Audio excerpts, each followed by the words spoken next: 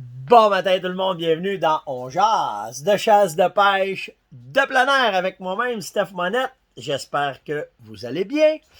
Je salue ce matin mon ami Éric Bouchard qui est full impatient de vouloir écouter l'On Jase. Et quand 5h et 7h, il m'envoie tout le temps un petit message, il me dit « Ah ouais, dépêche-toi, j'ai hâte d'écouter. » Fait que là, ben, je te fais un petit bonjour, mon ami, en Gaspésie. Puis sois patient, c'est la vertu de tous les chasseurs. Fait que il va rire en tabarouette. Hey, vraiment, un autre émission le fun que j'ai préparé pour vous autres. Mais c'est grâce à vous. Parce que les questions, ça mouille de tous les bords depuis qu'on a fait la formation en ligne sur... C'est pas une formation, hein. Je vais vous dire ça de même. C'est comme si il neige trop, fait trop fret, tu t'assis devant le divan, puis tu dis, qu'est-ce que j'écoute?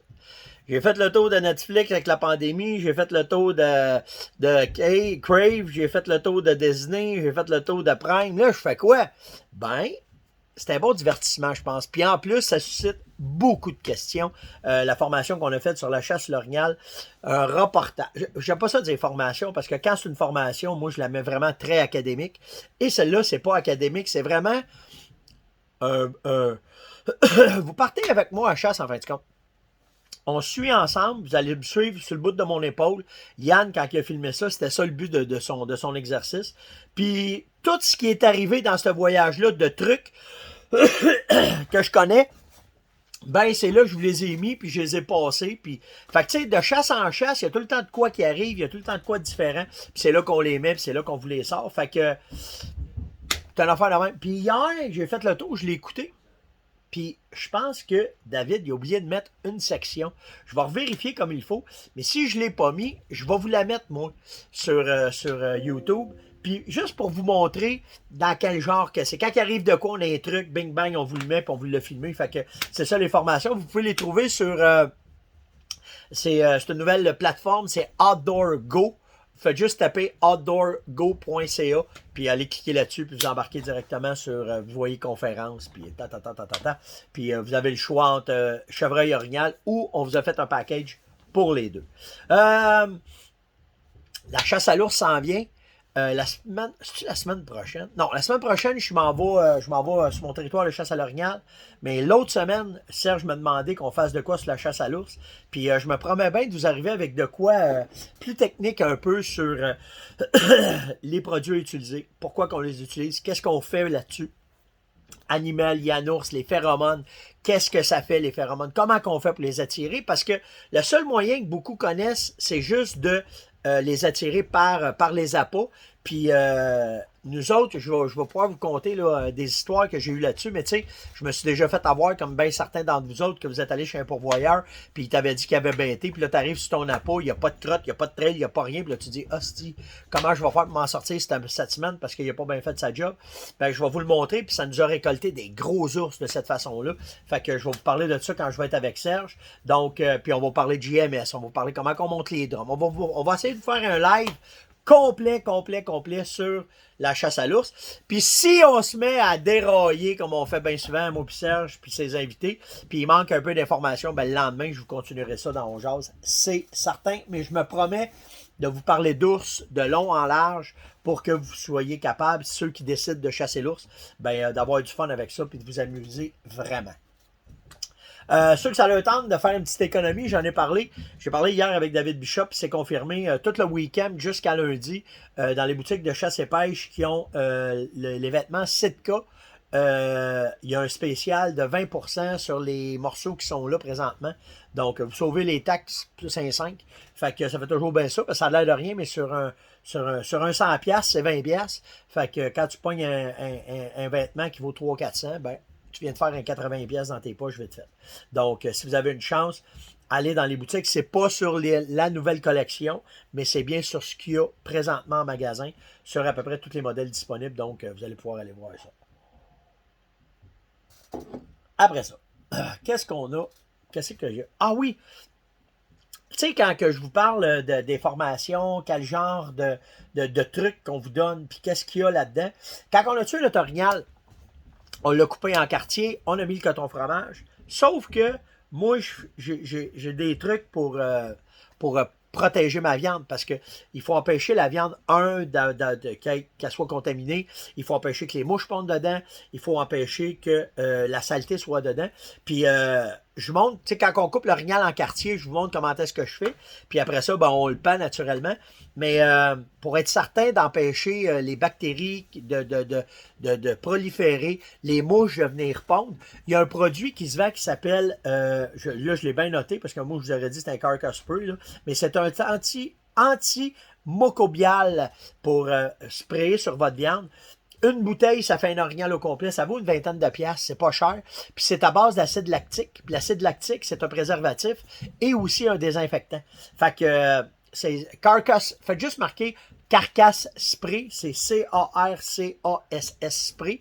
Puis vous allez trouver ça. Là, il y en a un peu partout. Cabana. Il y a une couple de compagnies qui ont ça.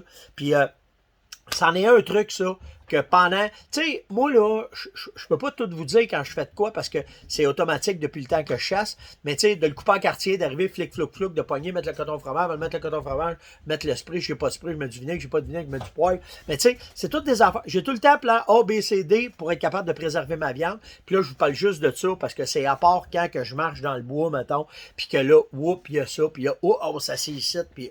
On vous a tout filmé ça. Fait que c'en est un des trucs. C'est une question que je m'étais fait poser par Marc pour savoir, c'est quoi le produit antimicrobien que tu mets, c'est où tu as pogné ça? Ben, je réponds à sa question là-dessus, mais ça devient directement de la formation qu'on a mis en ligne cette semaine. Je vous ai parlé d'ours. C'est cas, c'est fait. Oh! Là, à matin. Moi, ça me fait rire parce que, tu sais, quand je vous parle de produits, ben, puis là, je dis, mettons, moi de même, là, j'ai jamais essayé ça, je peux pas te répondre. C'est pas long. Hey, on a-tu à te faire essayer? Fait que, tu sais, je vous ai parlé beaucoup de Beretta, je vous ai parlé beaucoup du A400, mais la compétition du A400, même si c'est deux petits frères, c'est Benelli. Et j'avais jamais eu la chance d'essayer le Super Black Eagle. Alors, il n'en fallait pas plus pour que Benelli me dise « Va essayer ça ». Fait que c'est le Super Black Eagle. C'est un fusil pour faire du migrateur. Je vous le montre au complet. Caractéristique de la gâchette vraiment de Benelli, là, comment est-ce qu'ils sont faits. Ça rejoint un peu la Lupo. Et j'ai une Lupo aussi que je vais essayer. Je vais vous reparler de ça. Ah si, je capote. Je suis comme un... Pareil comme un enfant des carrés de sable. Puis, puis la différence du Benelli, la poignée, comment est-ce qu'elle est faite, comment est-ce qu'elle rentre dans la main. Tu sais, un fusil, là, c'est comme un char. Il y en a qui aiment Ford, il y en a qui aiment Dodge, il y en a qui aiment Chevrolet. Tu sais, il y a pas, c'est un fit. That's it, that's all. Sauf que, je vous ai parlé souvent du Cerakote. OK? C'est une peinture cuite que tu vas venir mettre sur ton fusil. T'as oublié Toyota. Ah, j'ai oublié de dire Toyota. Elle m'écoute. Viens donc dire bonjour ce matin. Ah, tu veux pas, hein? Je suis la gardienne des chiens. Ah, t'es la gardienne des chiens ce matin parce qu'on fait les gardiens parce que mon beau-frère est parti faire du ski avec sa famille puis on garde son cabot, une tempête. Un jeune chien tempête, là, un labradoodle, c'est un cabot mêlé avec un autre cabot, puis un beau chien, par exemple, vraiment, là, nice, mais avec Nosler, Fait que tout ça pour vous dire que le Super Black Eagle, quand je vous parlais de Cerakote, ben tu sais, le Cerakote, c'est quand ils mettent une peinture cuite sur le fusil pour empêcher que le fusil rouille. Benelli, il fallait qu'il aille plus loin que ça. Il fallait qu'ils trouvent de quoi pour se démarquer de l'industrie puis faire de quoi. Ils sont arrivés avec le BEST. B-E-S-T. Je vais juste aller vous dire. Je vais vous le dire en anglais puis je vais vous le dire en français. BEST, it's Benelli Surface Treatment. C'est ça que ça veut dire. It's a new proprietary finishing technical development by engineer and scientific at Benelli Manufacturing Headquarter in Urbino, Italy. Ça, c'est où est-ce qu'ils sont en Italie. This coating product steel, it's with tough, impermeable armor that stop the rust and the corrosion. En fait, du compte, ce que ça dit, c'est que Benelli, le BEST, c'est un traitement de surface de Benelli, type à Benelli qui ont développé. Ce fusil-là, il est traité de A à Z et les tests qu'ils ont fait, c'est qu'ils ont pris le fusil puis ils l'ont fait tremper dans l'eau salée pendant 3 mois de temps pour vérifier comment est-ce que le fusil réagirait à la rouille et c'est 0. Donc, ce fusil-là, ça, c'en est un, là. C'est un poteau de métal quand tu vas à la chasse pour être certain que tu n'auras pas de trouble quand tu vas faire du canard, quand tu vas faire tes activités de chasse. Le fini, il est impossible à enlever sur le fusil. OK? La façon qu'ils ont trouvé de faire leur serre à côte à eux autres, on va dire ça de même, il est hallucinant. OK? Les vidéos que j'ai regardées, puis de ce qui s'est fait quand ils ont sorti ça au Shot Show, ils mettaient un show pour le buffer. Ça faisait juste le polir, mais la peinture ne s'enlevait pas. Fait que Benelli est arrivé vraiment, vraiment, vraiment avec de quoi qui surpasse peut-être un peu ce qui se fait présentement. Et ça fait un fusil vraiment, vraiment résistant et fiable surtout. C'est ce qu'on veut d'un fusil quand on chasse. Donnez-moi juste une minute, il faut que j'aille un problème de sinus ce matin. Me revoilà. Fait que c'est ça. Vraiment un fusil fiable. C'est sûr que, comme je vous disais, Ford a ses caractéristiques, Toyota a ses caractéristiques. Donc, tu sais, je vais dire ça comme ça. Je suis vraiment vendu à eux, mais pour de vrai, je suis agréablement surpris et je n'aurai pas de misère à faire mes chasses à ça. De toute façon, je vais l'essayer. Il n'est pas essayé encore, il est flamblette, brand new, dans la boîte, mais vraiment, ce que Benelli a fait avec ce fusil-là, ils ont une coche à vendre dans la, comment je peux vous dire ça? Pas dans la force, mais dans la robustesse d'une arme. Benelli a pris le lead là-dedans, vraiment. Donc, fait que ceci étant dit, j'ai d'autres choses à vous montrer. Hein. Stoeger, Frankie, j'ai reçu des fusils. Je vais tous vous montrer. Je peux tous les essayer aussi. Fait que je vais pouvoir vous faire des reviews. Puis, tu sais, quand on tombe dans Stoeger, c'est une arme. J'ai une histoire avec ça. Ah, je ne brûlerai pas ça, mais j'ai une méchante bonne histoire à vous conter à propos de ça. Ceci étant fait. La meilleure. Hey, oui, ça, c'est bon, ça. C'est une dame qui me posait ça. C'est Daniel qui me posait ça, cette question-là. C'est quoi que le chevreuil aime le plus manger? Dans le bois, il y a des États américains où il y a une grosse population. La plante qui disparaît, qui est disparue même de des endroits, ce sont la plante, checkez bien ça, de la fraise. Ils ne sont pas payés les chevreuils, hein? Eux autres, là, le dessert. La bouffe, c'est à luzerne, mais le dessert, les boutons de fraise, puis la fleur de la fraise, puis les feuilles de fraise, puis la plante de la fraise, ils sont complètement dingos de ça, ils sont vraiment fous de ça. Fait que c'est son numéro 1 au chevreuil dans les plantes, on va dire dessert, c'est la fraise, qui sont vraiment, vraiment fous de ça. Souvent, quand je chassais dans l'Outaouais, puis qu'on tombait dans des champs où est-ce que t'es voué, les plantes de fraises qui sont là, moi, tu sais, mettons, il y avait de la luzerne, plus des fraises, je m'en allais dans ce champ-là, puis souvent, ça rapportait. Fait que, si vous avez des observations à faire là-dessus, la fraise est vraiment, en tout cas, c'est pas le chevreuil, il aime ça, mais moi, j'aime ça en tabarouette. Non, mais sérieusement, c'est vraiment ça, leur dessert, c'est la fraise. J'ai Frank qui m'a demandé quelle distance que tu mets ton 4 roues de ta saline ou de ton appât quand tu chasses. C'est pas où je le mets, mais comme je le cache, OK, parce que tu le mettes à 300 mètres, que tu le mettes à 50 mètres, que tu le mettes en dessous de ton stand, peu importe. Moi, la seule affaire que je fais, c'est que je le camoufle. Parce que si c'est une masse, exemple, t'en viens d'une trail, 75 mètres de ta cache, tu laisses le bicycle là, tu dis, si t'en masse, il arrive par l'autre bord, il n'y a pas de trouble. Le soir, il y a un chevreuil ou un orignal qui s'en vient d'entre elles, puis qui voit le bicycle, l'orignal va. C'est une masse qui n'était pas là avant. Fait que le but, c'est pas où est-ce que tu vas le mettre, c'est comment est-ce que tu vas le camoufler. Puis, là, ouais, mais l'odeur, c'est un bicycle, j'en ai pas de problème avec ça, parce que il n'y a pas de bicycle qui a mangé de chevreuil à date. Puis de tous les outils que j'utilise, j'ai jamais manqué de chasse à cause d'un bicycle. Écoute, si c'est un méga buck, tu sais, il y a tout le temps ça, blablabla, je le mets pas en dessous de mon stand, mais quand je vais le rentrer dans le bois, par exemple, souvent, je le rentre, je prends des arbres, je le mets par-dessus, je le cache, puis là, je m'en vais à mon stand, c'est ce que je fais. Fait que tu peux le mettre à 50, 60, 70 mètres, 100 mètres, comme tu veux, là. Mais moi, c'est pas la distance, mais plus comment est-ce que je le camoufle qui est important. Puis il me demande quel choke que tu vas mettre si après ça tu chasses le chevreuil avec une slug, quel choke que tu mets au bout de ton fusil. Ça, c'est pas moi qui va te le dire, c'est vraiment le manufacturier. C'est important que tu ailles lire les specs de ton manufacturier, puis que lui va te dire, il y a certains c'est tel choke, il y a certains c'est tel choke, il y en a qui vont dire que tu peux pas tirer avec une slug.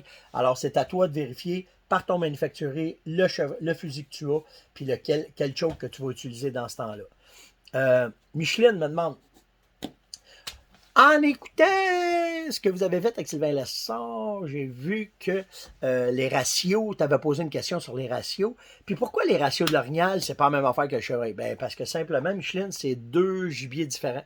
Même si c'est deux cervidés, ils vivent pas de la même façon et l'accouplement n'est pas pareil. On va te dire ça de même, là, le chevreuil court après les femelles, puis les femelles courent après les bocs. Orignal. Fait que c'est ça la différence. Donc, juste simplement de même, c'est comme ça. Fait que quand que c'est le temps du rut, c'est les bocs chevreuils qui courent toutes les femelles pour pouvoir les accoupler. Les mâles chevreuils, ils attendent après la première femelle en chaleur parce que la femelle chevreuil, aussitôt qu'elle tombe en chaleur, il va l'accoupler. Par contre, l'orignal, c'est l'inverse. C'est le mâle qui prépare la place. La femelle, elle vient dedans, elle va partir ses chaleurs, puis elle va rester autour de lui, puis là, il va l'accoupler normalement. Parce qu'il y a tout le temps des exceptions, il y a tout le temps des affaires différentes. Puis, ce qu'il faut que tu comprennes, c'est que tout dépendant de l'habitat, des ratios, ça peut jouer. Mais normalement, on va dire ça de même, le chevreuil court après la femelle, puis pour l'orignal, c'est les femelles qui courent après le boc orignal. Ghislain. Hey Ghislain, je m'excuse vraiment pour la question. Pauvre Ghislain, ça fait 3 fois que je disais, je vais te parler dans mon genre, puis là, je l'oubliais, puis ça n'arrivait pas, puis j'avais pas assez de temps, puis fait que là, j'arrive à toi, Ghislain, pour ta question. Est-ce que le chevreuil se déplace obligatoirement dans les ravages l'hiver? Ben, non. C'est juste dans les endroits où la température elle est très difficile, où est-ce que, autrement dit, beaucoup de neige, qui vont faire des ravages. C'est pas inné dans eux autres, parce qu'il ne faut pas oublier que le chevreuil, il n'est pas originaire du Québec, ça est de Virginie. Fait que ça vous donne une idée qui vient du Midwest. Fait que cette bébête-là, elle, normalement, elle ne faisait pas de ravages. Pourquoi qu'au Québec, il fait des ravages? Ben, c'est parce que simplement, c'est la neige qui les oblige à faire ça. Puis par instinct, ils vont se taper un secteur, ils vont rester là, puis ils vont réduire le métabolisme, puis là, ils vont faire ce qu'ils ont à faire. OK? La nature est bien faite parce que du nord au sud de l'Amérique, l'hiver, peu importe l'endroit, même s'il y a beaucoup de neige, même s'il n'y a pas de neige, même, ben, en hiver, en Amérique, son métabolisme réduit. Parce que si son métabolisme était à côté tout le temps, comme en été, il y aurait bien des places aux États-Unis qui n'auraient plus rien à manger, fait un bout. Alors, c'est pour ça. Puis la période d'augmentation de nourriture se fait au printemps. Ça y prend, la femelle, ça y prend un maximum d'apport nutritionnel pour bâtir les veaux qui vont venir au monde au printemps. Mais si on revient aux ravages, les ravages, ça dépend de la température puis de qu'est-ce qui se passe. Donc, ça peut arriver, comme là, ici au Québec, moi, ils viennent de rentrer dans les ravages. On est à mi-février, ils viennent de rentrer dans les ravages. Avant ça, il n'y en avait pas besoin. Le dernier, là, on vient d'avoir 40 cm. C'était 40 cm là, la semaine avant, ils ont disparu. Je le vois, je les nourrissais. Pouf, ils ont disparu. Fait que là, ils sont partis dans les ravages parce qu'eux autres, ils savent qu'il y a de la neige qui s'en vient, il faut qu'ils se préparent. Mais quand même, c'est quand même excellent parce qu'il va rester seulement 4 semaines avant que le printemps arrive. Il va, de la mi-février à mi-mars, c'est le pire bout. Puis là, il y a qu'un mois à faire. Fait que c'est quand même excellent. Il grattait au sol, il mangeait, il venait manger. C'est vraiment une bonne hiver pour nous. Mais si je reviens à ta question, je me suis un peu épivardé, excuse-moi. Mais non, ils ne sont pas obligés de faire des ravages, ça dépend de la neige. Puis je vais te dire d'autres choses. Dans le nord, au Québec, ils ravagent, puis des fois, dans le sud du Québec, ils ravagent pas. Ils vont se tenir en gang, ils vont être plus... En vérité, c'est pas parce qu'ils sont après à ravager, ils vont aller où il y a la nourriture. Fait que dans les cantons de l'Est, quand les champs se libèrent un mois avant nous autres, ben c'est pour ça que vous voyez 30, 40, 50, 60 chevreuils dans des champs après manger. C'est parce que c'est la première source de nourriture disponible, puis ils s'en vont tous là. Fait que c'est comme ça que c'est. Eric me demande, Steph, j'ai essayé d'avoir mes côtes d'orignal avec mon boucher. Mon boucher m'a dit non, ça faisait trop longtemps, ça pouvait être dangereux. Il a décidé de ne pas me les donner. Qu'est-ce que tu fais? Les côtes, OK? À cause de la paroi, les côtes, là, c'est fait pour protéger les organes vitaux. OK? C'est une cage qui protège le cœur, les poumons, puis le foie. OK? Bon. Cette cage thoracique-là, vu qu'elle est là, quand tu tues un orignal ou quand tu tues un chevreuil, ben rapidement, il y a des bactéries qui se développent à l'intérieur de ça. C'est automatique. OK? Donc, quand tu es viscère, c'est pire en plus si tu as un tir de panse puis qu'il y a de la panse qui se ramasse à grandeur. C'est pour ça qu'on dit qu'il faut laver. Mais même quand ton gibier, tu as fait un tir parfait, un tir dans le cou, mettons. Il n'y a rien qui se passe en dedans, tu vides ça, c'est parfait, c'est intact. Toute la paroi qui recouvre les côtes n'est pas brisée. Bon, ben là, ce qu'il faut faire, c'est juste que tu te dépêches à laver ça. La façon que je fais pour les laver, première affaire, je le rince à l'eau, fait que j'enlève tout le sang qu'il y a dans la cage thoracique. Après ça, je prends du vinaigre, je mets du vinaigre là-dedans, j'attends à peu près 1 minute ou 2, je laisse le vinaigre bien faire la job. Après ça, je prends de l'eau et du savon vaisselle, OK? Je vais tout relaver l'intérieur de la cage thoracique. Après ça, je prends de l'eau, je te rince ça à l'eau vive, puis là, je laisse ça aller. Je vais peut-être, des fois, je remets même si je suis là pour un bout, là, je vais remettre encore du vinaigre. Si tu n'as pas de vinaigre, puis tu as la chance de t'acheter le Carcass Spray que je parlais, c'est parfait. C'est direct ça que ça prend. Puis là, tu vas laisser, là, il n'y a plus de problème. Sauf que il ne faut pas que tu laisses tes côtes longtemps sur l'orignal. Exemple, si tu décides de faire vieillir ta viande en 15-18 jours, dans une chambre froide, tu vas demander au boucher, coupe les côtes tout de suite, pogne-moi ça, emballe-moi ça tout de suite, puis serre-moi ça. Moi, je vais m'arranger avec ça. C'est la meilleure façon de garder tes côtes. C'est des côtes d'orignal, c'est excellent, OK? Sauf que par rapport à un bœuf, le cartilage des côtes, OK? Ce qui tient toute la viande ensemble, qui tient les côtes bien solides, c'est plus solide qu'un bœuf, un orignal, OK? Fait que la raison qu'il y a beaucoup de cartilage qui tient les côtes ensemble, fait que quand tu vas faire cuire tes côtes, tu vas remarquer qu'il y a beaucoup de cartilage. Je vais te donner un exemple, là. Un bœuf, c'est 90% de viande, puis 10% de cartilage. Un orignal, c'est 50-50. Fait que, c'est très, très bon, mais il faut que tu penses que ça t'en prend une quantité de strips de côte pour pouvoir te faire de quoi, un lunch qui est intéressant. Moi, ce que j'aime beaucoup, c'est les faire en entrée. Ça permet aux gens d'y goûter, d'avoir avec une bonne sauce, peu importe la façon dont tu vas le cuire, ça va te faire de quoi de vraiment intéressant. Mais faire un repas de ça, ça en prend, puis c'est du stock, puis décortiqué, en tout cas, toute la patente. Fait que moi, j'aime mieux faire des entrées, le monde y goûte, il trouve ça écœurant, puis là, c'est le temps après ça de soit faire un braisé, un ossobuco pour suivre la même tournée que tu as faite là, mais c'est la meilleure façon que moi, j'ai trouvé de servir des côtes d'orignal, puis c'est la même chose pour le chevreuil. C'était l'On-Jase de ce matin. J'espère que vous avez apprécié le show. J'espère vraiment. Likez, partagez, invitez et surtout commentez. Puis pour vous aider à commenter, j'ai parlé de chasse à l'ours au début du show. Allez-vous chasser l'ours? C'est une chasse que vous allez faire cette année. Venez me répondre de ça. Oui, non, ça m'intéresse pas, j'ai le temps, j'ai pas le temps, peu importe. C'est juste pour jaser. On a besoin de vous autres, hein, je vous le dis. Les gars de l'UPF m'ont parlé hier, ça a l'air qu'ils regrettent quasiment de vous avoir demandé d'envoyer des courriels à tout le monde parce que ceux qui sont ces tables fondes sont en beau cris après eux autres, ça a l'air. Je sais pas. Ils s'excusent. Ils ne pensaient pas que c'était pour être ça.